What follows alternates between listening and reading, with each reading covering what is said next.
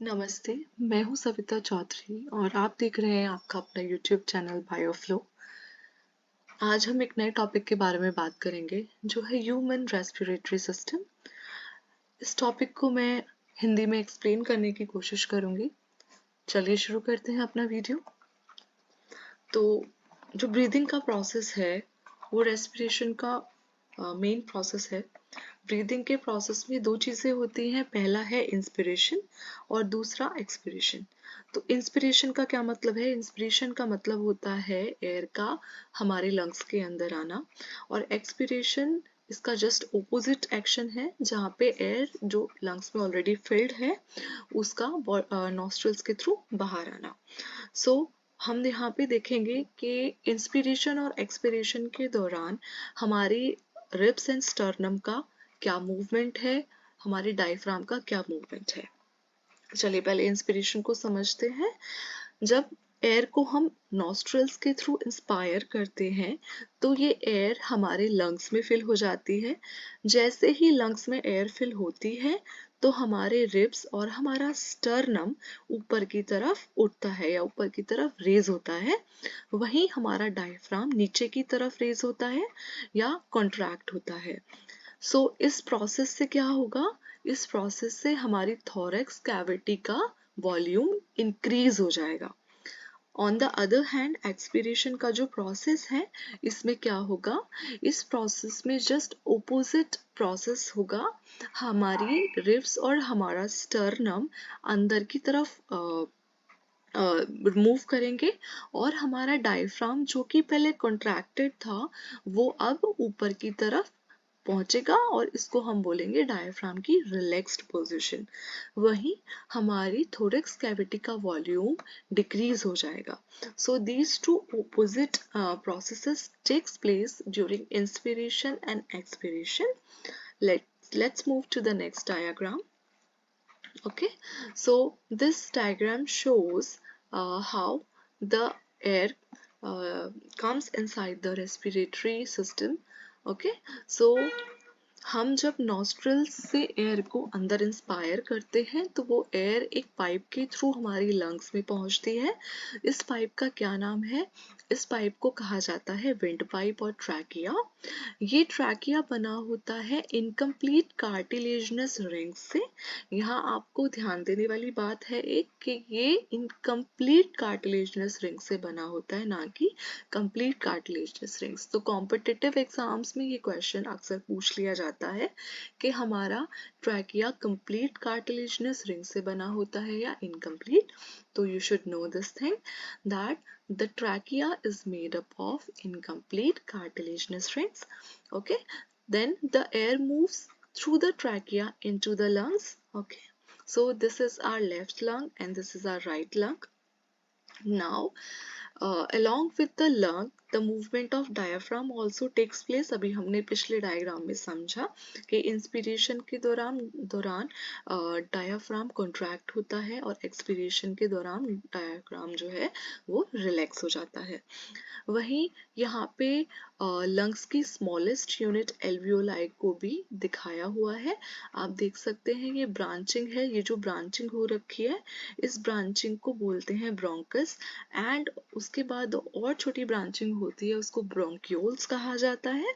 और अल्टीमेटली जो smallest unit है लंग की उसको हम एल्वियोलाई कहते हैं। ये एल्वियोलाई बैग लाइक स्ट्रक्चर्स हैं जिनसे arteries and veins, pulmonary arteries and pulmonary veins attach होती हैं। और इन्हीं आर्टरीज एंड वेन्स में जो ऑक्सीजन हमारी बॉडी में इनहेल होके आई है, हमारी लंग्स के अंदर आई है, उस एयर का एक्सचेंज होता है ब्लड में। नेक्स्ट डायग्राम की तरफ चलते हैं। ये डायग्राम शो करता है कि किस तरीके से एयर का एक्सचेंज होता है हमारे एल्वियोलर लेवल पे। तो यहाँ पे आप देख सकते हैं ये बैग लाइक स्ट्रक्चर एल्वियोलाई, इनसे किस तरीके से हमारी आर्टरीज एंड वेन्स अटैच्ड हैं। ये डायग्राम शो कर रहा है कि CO2 और O2 यानी कार्बन डाइऑक्साइड और ऑक्सीजन का किस तरीके से ब्लड में एक्सचेंज होता है। जैसे ही ट्रैकिया से एयर हमारे लंग्स के अंदर पहुंचती है वो एल्वियोलाई के अंदर पहुंच के क्या होता है उसमें आप देखेंगे आप यहाँ पे देख सकते हैं कि जो एयर अंदर आई है इनहेल होके उसमें मेनली दो गैसेस होती हैं, CO2 एंड O2। यहाँ पे हमें O2 लेना है और CO2 हमारी बॉडी के लिए इसेंशियल नहीं है बल्कि टॉक्सिक है, तो हमें CO2 को बाहर निकालना है प्लस O2 को हमें अपने ब्लड के अंदर ले जाना है। तो ये प्रोसेस कैसे होता है? ये प्रोसेस सिंपल डिफ्यूजन के प्रोसेस के थ्रू होता है। यहाँ पे ऑक्सीजन ब्लड के अंदर एंटर होती है, वहीं जो ब्लड में प्रेजेंट CO2 है वो ब्लड से बाहर आके एल्वियोलाई में, देन एल्वियोलाई से होते हुए ये लंग्स के अंदर, लंग्स से होते हुए ये एक्सेल आउट हो जाती है।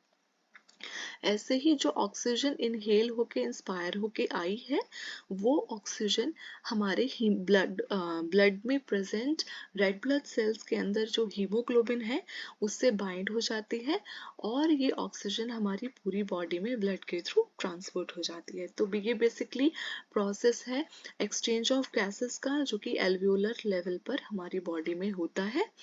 तो यहाँ आप देख सकते हैं ये कैपिलरीज दिखाई हुई है इन्होंने, ये ब्लड है और ये हमारी बॉडी सेल्स हैं। हमारी हमारा जो ब्लड है उसमें बेसिकली CO2 जो है वो ब्लड में आ रहा है और ब्लड में जो O2 प्रेजेंट है वो हमारे सेल्स को जा रहा है। सेल्स से फिर जो सेल्स के अंदर CO2 पहुंच चुका है यहाँ पे वो CO2 फिर ब्लड में आ रहा है और ब्लड से ऑक्सीजन हमारी कैपिलरीज में जा रहा है। तो इस तरीके से एल्वियोलर लेवल पर ब्लड के थ्रू ऑक्सीजन का एक्सचेंज होता रहता है। यहाँ पे हमारे जो लंग्स हैं वो एक तरीके से क्लेंजर का काम करते हैं। ये क्या काम करते हैं? हमारी बॉडी से टॉक्सिक गैस कार्बन डाइऑक्साइड को बाहर निकालते हैं और हमारी बॉडी की फंक्शनिंग के लिए जो ऑक्सीजन एसेंशियल गैस है उसको ये हमारी बॉडी के अंदर या हमारे ब्लड के अंदर पहुंचाती हैं लंग्स। तो ये भी एक तरीके से हमारी बॉडी में फिल्टर का काम करती हैं। यहाँ आप देखिए हार्ट क्या है? हार्ट एक पंपिंग ऑर्गन है जो कि लंग्स के थ्रू क्लीन किए गए ब्लड को, क्लीन का क्या मतलब है? डीऑक्सीजनाइज्ड ब्लड को, जिसमें कार्बन डाइऑक्साइड का लेवल बहुत कम होगा, जिसमें कार्बन डाइऑक्साइड का लेवल कम होगा और ऑक्सीजन का लेवल ज़्यादा होगा, उस ब्लड को ये हार्ट पंप करता है हमारे ऑर्गन्स में। और हमारे ऑर्गन्स में से जो डीऑक्सीजनेटेड ब्लड है वो ब्लड जिसमें CO2 की कंसंट्रेशन बहुत ज़्यादा है, ऐसे ब्लड को दोबारा हार्ट के पास पहुंचाया जाता है। हार्ट इस ब्लड को हमारे लंग्स के पास पंप करता है, लंग्स फिर इस ब्लड को प्यूरिफाई करती हैं और दोबारा हार्ट तक पहुंचाती हैं। तो ये प्रोसेस जो है ये कॉन्टिन्यूसली चलता रहता है। अब आप देखेंगे इस डायग्राम में कि किस तरीके से CO2 का एक्सचेंज होता है, O2 का एक्सचेंज होता है, जो कि आप पीछे भी पढ़ चुके हैं एक बार। चलिए इसको दोबारा से एक बार देख लेते हैं। ये हमारा एल्वियोलाई है, ये हमारी कैपिलरीज हैं जिसमें रेड ब्लड सेल्स प्रेजेंट है। हमारे ब्लड के अंदर से ये ब्लू पोर्शन शो कर रहा है carbon dioxide containing blood and red blood show कर रहा है ऑक्सीजनेटेड ब्लड। यहाँ पे ऑक्सीजन की कंसंट्रेशन ज़्यादा है, यहाँ कार्बन डाइऑक्साइड की कंसंट्रेशन ज़्यादा है। तो जहाँ कार्बन डाइऑक्साइड की कंसंट्रेशन ज़्यादा है वहाँ से कार्बन डाइऑक्साइड लो कंसंट्रेशन वाले एल्वियोलर एरिया में कार्बन डाइऑक्साइड का डिफ्यूजन हो जाता है from a region of high concentration to a region of low concentration, CO2 पहुंच जाती है। वहीं यहाँ O2 का कंसंट्रेशन बहुत हाई है और इस ब्लड में O2 का कंसंट्रेशन लो है, तो ये ऑक्सीजन डिफ्यूजन के प्रोसेस के थ्रू पहुंच जाता है हमारी रेड ब्लड सेल्स के साथ बाइंड होके हमारी रेस्ट ऑफ द बॉडी में ट्रांसपोर्ट हो जाता है।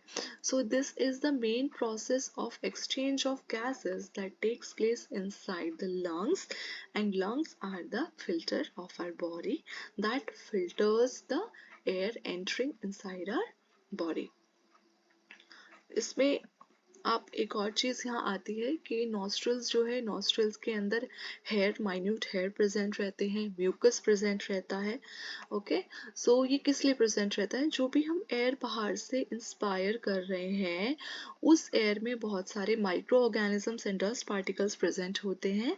ये micro organism and dust particle first of all trap कर लिए जाते हैं थ्रू आर नोजल या नेस्ट्रल हेयर्स, एंड जो भी माइक्रो ऑर्गेनिज्म एंड डस्ट है वो बाद में प्रेजेंट म्यूकस पे अटैच हो जाती है या उनसे स्टिक हो जाती है। इससे भी हमारी इनकमिंग एयर फिल्टर होती है और रेस्ट फिल्ट्रेशन का काम हमारी किडनीज कर देती हैं। सो आई होप ये रेस्पिरेशन का प्रोसेस आपको अच्छे से समझ में आया होगा। अगर आप मुझे कुछ फीडबैक देना चाहते हैं रिगार्डिंग दिस टॉपिक तो आप कमेंट सेक्शन में नीचे मुझे बता सकते हैं। Thank you for watching this video.